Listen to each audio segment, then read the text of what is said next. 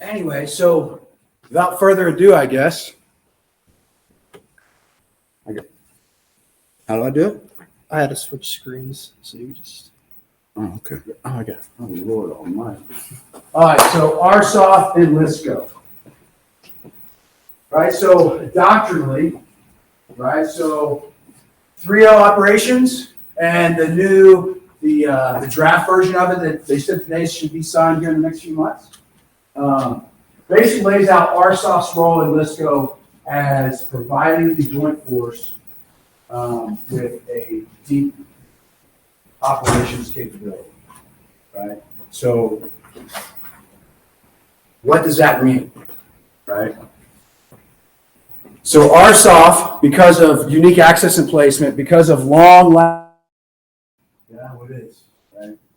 It is in the Army, it is in life, and it definitely is in ARSOF, right? So we build strong relationships with our foreign partners, so much so that it allows us, it gives us access and placement into those populations that other people may not have, right? So little off the topic, little story, right? So 2014, I'm in Afghanistan. I'm working with the Afghan National Army Special Operations Command as an advisor. Their Command Sergeant Major, Faiz Wafa, is English-speaking Afghan, right? He's been to the Ranger School in the United States. He's been to the Special Forces Qualification course. Right now, he lives literally 5 houses up the street from me, right? His kids go to school with my kids. They hang out together. Words, right? So I mentored, or not mentored, I was working with a Jordanian officer. He's now a Jordanian one-star general. Again, like we had his family over to my house for Thanksgiving, for Christmas. I talk to this guy once a month now, right? I know that if I ever find myself in Jordan, right? If we, as a force, as a joint force, ever find our way into Jordan, for whatever reason, right? I know I have access. I know I have someone that will help me no matter what it is, right? A trusted agent, right? So that's part of this deep, extending into the deep area is the relationship piece, right? But relationships, I swear they cannot be overstated because they're super important. The other page, right, with connections so that they are MDO capable, right, so that they can survive. Because here it's not only about accessing a deep area, it's about survival, right? Everything Colonel Antal was talking about was how difficult it's going to be for us to survive in the next conflict. ARSOF is one of the elements within the Army, within the Joint Force, that gives us that capability, right? Small, very much autonomous, right? Mission command, we talk mission command. But ARSOF does not exist without mission command. It's the way we've always operated, right? You may have an ODA, Operational Enhancement Alpha Forward, in a country. Irregular warfare. So look, I get this question when I talk to the ARSOF Captain Career course. They ask us, now that Afghanistan, Iraq, and Syria are kind of over, like, what's ARSOF do? Lord Almighty, look at the history, right? ARSOF came out of great power competition. So it birthed us, right? The Cold War, right? And what did you see throughout the Cold War, right? We as the Army, we as a nation, we prepared for the great fight, right? Against the Soviet Union, tank on tank. And that could happen, right? But what did happen? A series of insurgencies, right? Communist-sponsored insurgencies throughout Africa, South America, and what did we do? Through foreign internal defense, we help those nations counter those insurgencies. So what's our... Standing closer here, they're hearing you off the computer. Oh, okay. I guess, so they Sorry. hear you. So foreign internal defense. Kind of talk this with from the Cold War vignette. But foreign internal defense is a core mission for ARSOF, right? What is that? It's training foreign militaries. So if you look at it, everyone's probably heard that SOF does, or SF specifically, but ARSOF does unconventional warfare, right? So we do unconventional warfare to support a host nation, their insurgency campaign, right?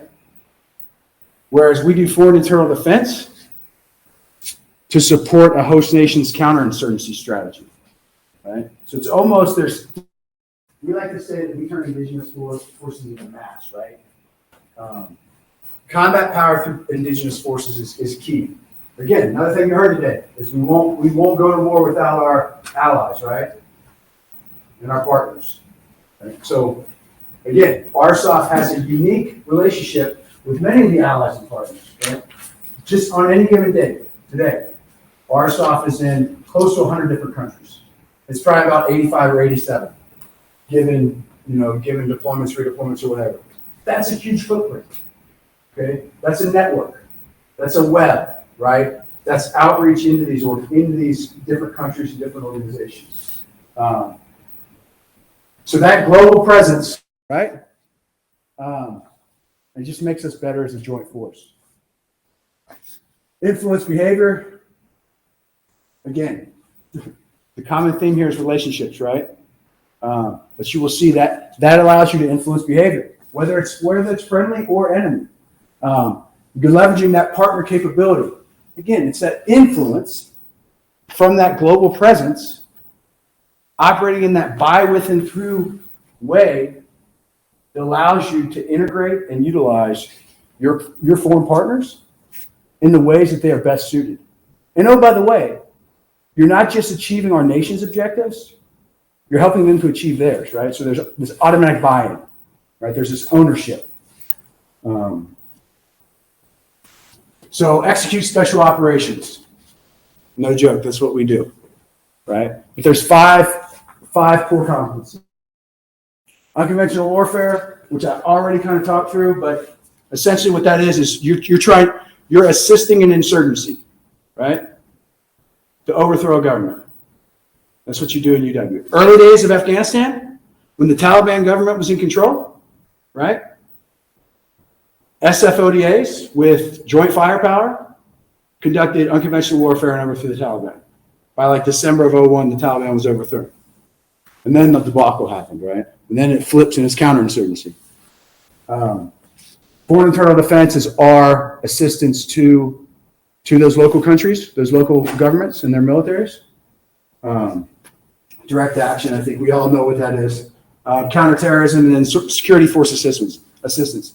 Now we have security force assistance brigade because there were missions that were very important to the United States and to our foreign policy, but they weren't good for ARSOF, or they weren't even suited for ARSOF. But there was no one else to do them, right? So we had to do them. Now we have the security force assistance brigades, right? And they are doing tremendous work right now. And I think as an SF guy, from my perspective, dude, I am happy to have them as another option, so that you're not always having to send ARSOF to do these kind of security force assistance type things. And then respond to crisis. Tailorable, scalable headquarters. This is a big piece right here, right? So you go back to the brief we had earlier, and they showed that heat signature, right? These huge brigade combat team talks. Look, we got the same problem, right? But what we've really developed is these scalable headquarters, right? But this has been a huge benefit for SOF. Essentially having a 2-star level commander on the ground, controlling SOF forces. Any questions up to this point? No? Anything? Nope. All right, good. I got to figure out how to access this. I got to look up here. See, I couldn't handle all this new technology stuff. All right, so here's a few examples, a few vignettes, right? So you can see how things have worked.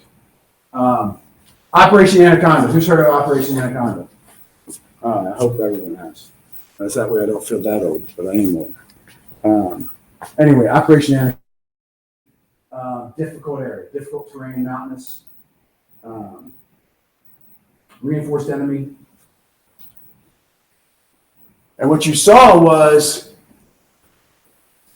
a reliance to the point of air power and artillery.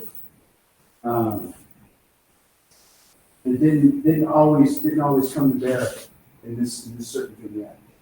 But that's not the important piece. The important piece of this, in my mind, is This is one of the first times that we've seen conventional forces and SOF working together, maybe not seamlessly, but working together to create success.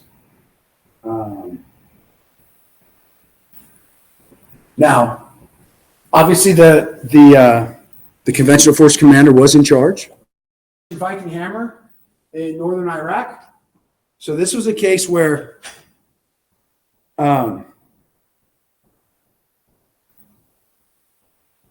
although SOF was operating relatively detached from the conventional forces, SOF was part of the overarching battle plan of the forces, right? So SOF was charged with that northern piece up there. And by using some conventional forces, but mostly organic SOF assets and Peshmerga, with the addition of joint fires, air power, and the like, right? They were able to severely weaken and frankly make that the Iraqi divisions along that northern line essentially just disintegrate into nothing, right? Which in OIR, I've heard Syria talking about in many ways, right? So when my boss likes to say that when someone says how does ARSOF contribute in LISCO or in multi-domain operations, multi-domain really primarily, he talks about Syria, right? Because it was multi-domain. And then he talks about, or he doesn't, but we had members of the Space Force down a few weeks ago to the Special Warfare Center. And they mentioned that Syria, because of the actors there, right, has been the dirtiest environment to date within all space-based capabilities, right? So obviously you had Russian players there, you had near-peer players there, but it's been the dirtiest environment, purely multi-domain. So from a serious standpoint, though, right? So what did this do? This opened it opened up a second front for ISIS, right? It created a lot of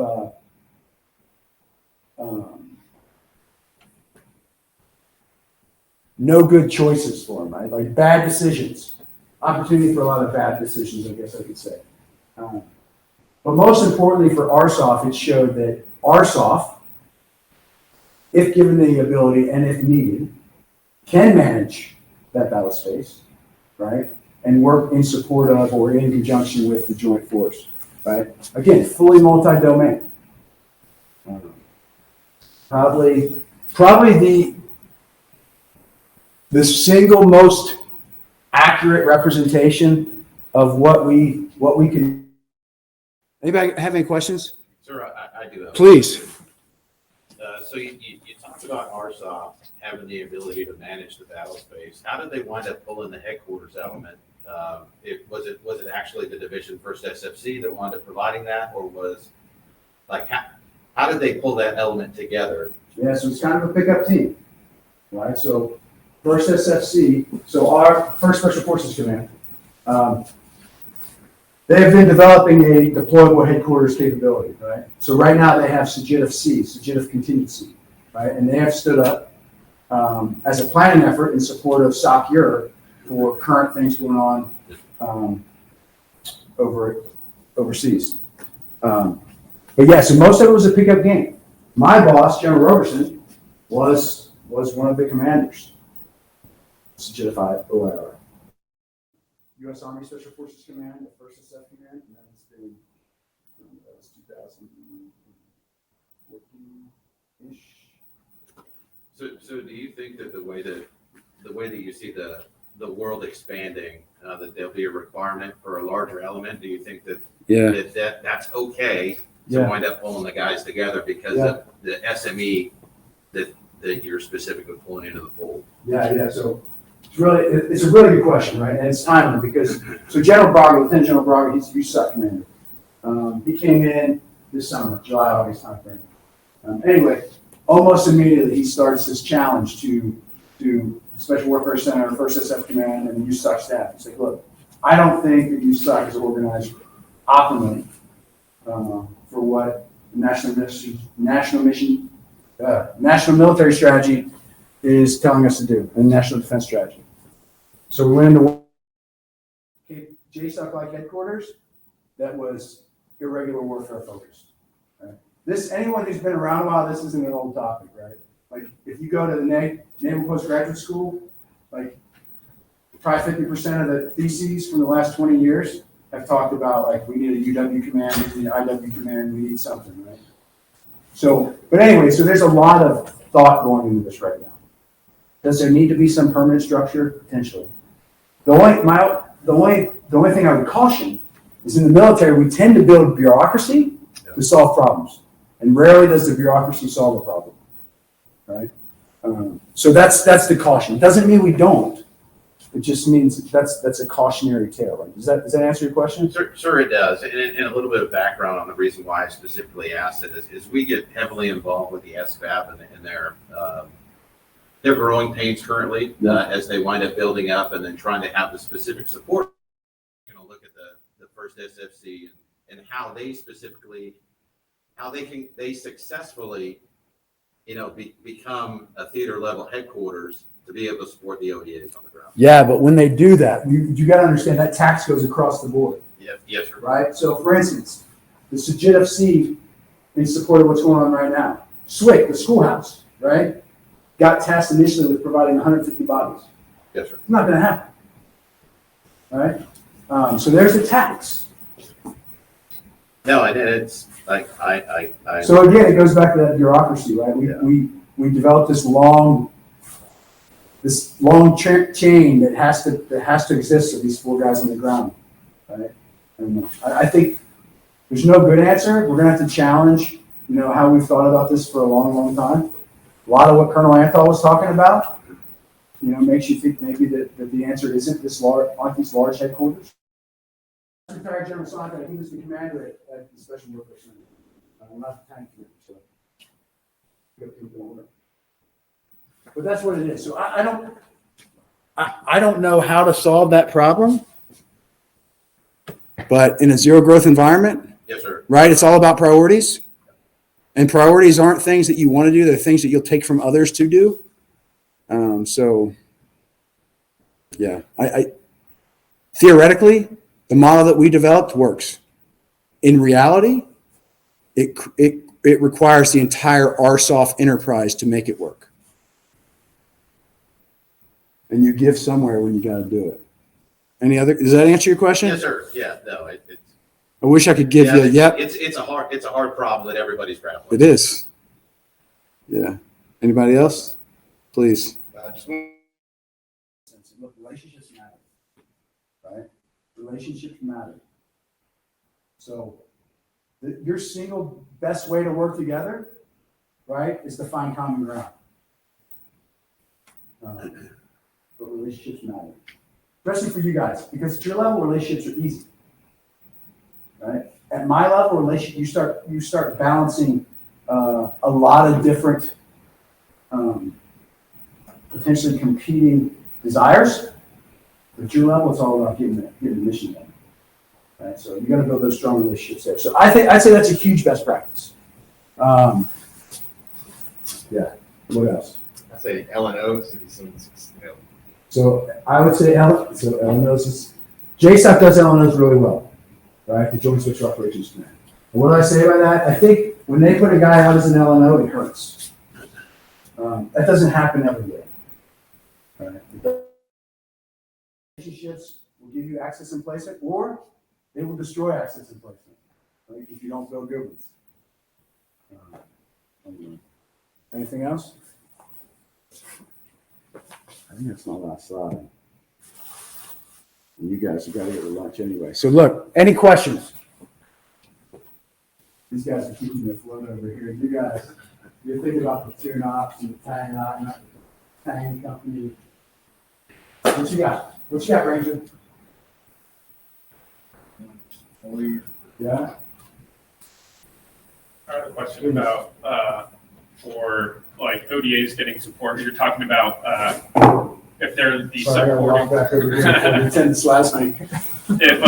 If you've got an ODA out that's supporting a conventional force fight, yep. Are they because we talked, the ODA should have an immense amount of. So let me tell you this, most of our assets are going to come from you, Okay. right? Most of them will come from you. Now we will have it, organic things, right? Like for instance, you're talking about an ODA, like on an ODA, right? They're going to have cyber capability that you won't have until at least the brigade level, right? ODA is going to have communications capability. ODA is going to have the ability to employ joint fires that you may or may not have at the tactical level. But when you talk assets like ELOs and artillery, and look, we've got mortars, right? We got 60s and 81s. You may have 120s depending on how you were task organized for deployment. But that's why one of our soft truths is most soft operations require conventional support. From the last few years in Afghanistan, where ODAs were going out and they were getting assets from surface to space, basically, when they're going out with their. But part of that is because there were assets there that weren't being utilized. Right. So if the ODAs are disproportionately operating, then they're going to get a disproportionate amount of the assets, right? But they don't own necessarily assets. They may have some that are designated for their use.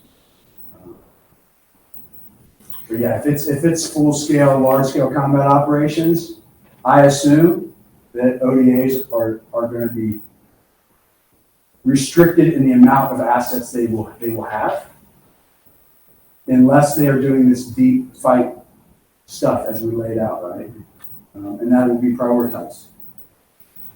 Does that answer your question? Yes, sir. What else? So as the ODA teams that are attached to us, maybe it was just these teams specifically, maybe didn't do a great job communicating or didn't leave an L1O. How do we go about fixing the problem of where the ODA guys are kind of always rolling around and roll into our defense and making sure the battalion and brigade are communicating with the ODA, make sure we know where they're at and not. So there's a lot of friction with that. There is, and rightfully so, right? So again, I'll tell a quick story. So 2005 in Iraq, we were opened up on my 3 striker vehicles. Right? I lost a guy, took a 5.56 round through the head. Right? From 3 striker vehicles, that their brigade and battalion headquarters knew we were there. But that message never came down to them. So I think everyone has a play in this, but communication is key. I will tell you that those ODAs probably have coordinated with your brigade and battalions. Maybe not. Sometimes the message doesn't get down as far as it needs to. It's not your fault. It's not my fault. It's just it is what it is, right? But communication is key. How do we? This is this enduring argument of unity of command, unity of effort, right? Like SOF should work for conventional forces. No, conventional forces should work for SOF. But I laid out a few different examples. The last of which is where conventional forces work for SOF, right? And the ISIS caliphate was destroyed. Okay, their physical holding ground was destroyed at that point.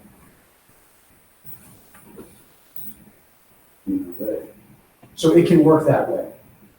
But we're all adults too, right? We all wear Army on our chest, right? So there's this piece of what's the chain of command is the chain of command. I've heard captains say, "Sir, I don't work for you," the brigade commander. It doesn't work, right? But then there's making sure that you get that message all the way down. Please. Sir, what's the difference between, or what's the expectation of a detachment commander, and how does that differ from a company commander in the Army? Yeah, so it had to be different. Like, look, a detachment commander doesn't have UCND authority. Imagine that. It doesn't. So, it's different because in SF, our company commanders are majors, right? So we go back to mission command, right? And I said that SOF is always operating under mission command, right? We have to trust that our folks that we push forward understand what they're supposed to be doing. They understand what those second and third order effects may be and how they would impact what they're supposed to be doing, we have to trust it. We have to inherently, as commanders,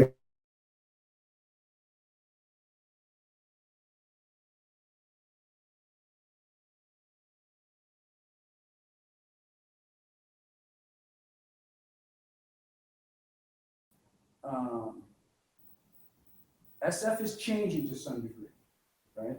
Because we've had a really hard time of getting in-service recruits, so your NCOs, to come to assessment and selection and pass. So more and more of our force is becoming 18 X-rays, initial entry guys, right? So they come down here to Benning the basic, and infantry AIT, and then airborne school, and then they come to the schoolhouse and they do assessment selection, and they do the Q course.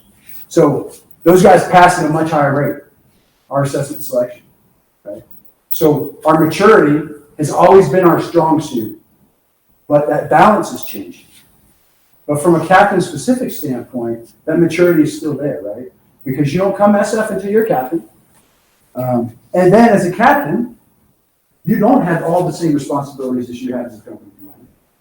And that's a major. But I would argue that those 12 folks, the things that you're going to much greater reach than your typical infantry company will have. So in an infantry company, you're managing soldiers, right? Your soldiers, don't you slap me after this, they're not experts. They ain't been in long enough to be experts, right? They're just not. And frankly, I guess no one's really an expert, but you make it through the Special Forces qualification course, those NCOs are as close as you can be as an expert in that MOS, whether it's weapons, medical, communications, etc. So that captain in SF is managing experts. And I will tell you, more times than not, you're going to find yourself figuring out how to motivate people. I got to make sure I don't demotivate people. Okay? And that's not like it's just truth, right? It's just a different environment, right? Because it's much like going to the Ranger Regiment. Any place that you have to volunteer to go to, and then you have to arduously prepare to become a member of.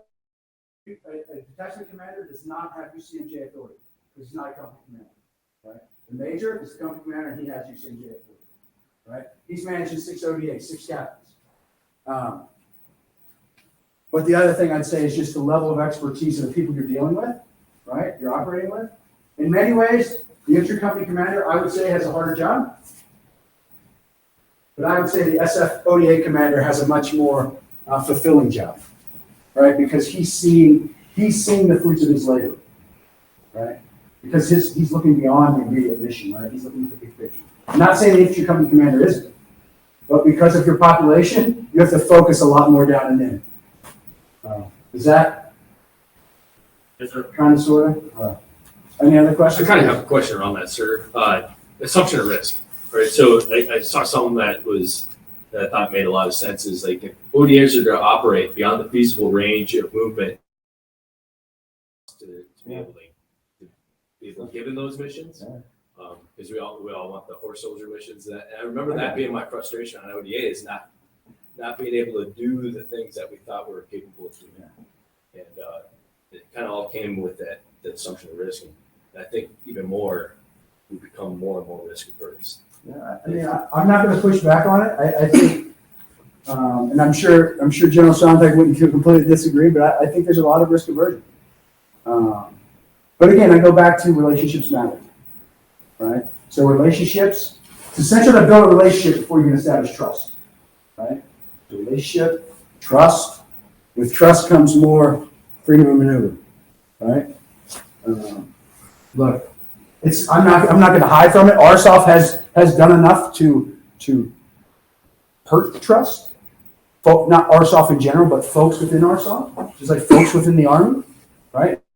There's a level of risk that his commanders are willing to take. There's a level of risk that the politicians are willing to take, right? So yeah, it goes back to the importance of being an expert at your trade. My first battalion commander, Donald I. Clark, first of 325. I will always remember what he told us. He said, look, 3 things you got to do is master the tools of your warfighting trade. Actually, it's 2 things. Master the tools of your warfighting trade and treat every paratrooper as if he's the most important because he is. Okay? Those I remember today, and they are so relevant to what you just asked in my mind, right? Especially the first one, master the tools of your warfighting trade, right? You have to create expertise, right? Must have. You can't rest on your laurels. You can't rest on what the last guys did. You have to master your warfighting trade. And you have, when there weren't a lot of missions, like pre-G1, right? So teams would essentially compete for deployment, right? And the best team win, right? That is starting again, right? The current commander, Colonel Jason Johnson, he started that when he came in. So there's a lot more competition going on. There's a lot, which drives expertise, right? It drives you want to do better. But anyway, yeah. Risk aversion, yep, got it. But, I went from not as early as Afghanistan as General Sontag, but early in Afghanistan, when it literally was a 5W, like literally, over data, literally a 5W. And then when I was a company commander, it was like a 50-slide con-op for an ODA to lead the wire. Lord almighty. Unbelievable, right? It's a constant struggle, man. I will tell you that so guys like my boss, General Roberson, never worked for him before this job. And this isn't, obviously it's not combat, but you look at COVID, right? So COVID, you've seen people react very risk averse. I will tell you what what General Roberson did early on is he said, look, my job is not to make sure no one gets COVID. My job is to mitigate the risk, right? People are going to get COVID. It's all right. They'll get better. In our population, relatively young, fit, young people, right? It's not the boogeyman, right? But he looked at it and said, you know what? I have a mission. I have to produce ARSOF. And if I take a knee for 2, 3, however many years it takes, then we're going to be paying for that for decades. So we didn't slow down, right? We tested, we quarantined, but we didn't slow down. But risk averse, he's not. Hope's an important thing because with hope comes perseverance, right? But yeah, so I'd say the single biggest thing, those relationships. What else, guys? Anything? Food trucks are out there. I appreciate your time. I'm sure you guys had to come to this as some part of some class participation or extra credit or something, but I appreciate it. But have a nice rest of your course. You guys, thank you very much. And thank you to Virtual Land.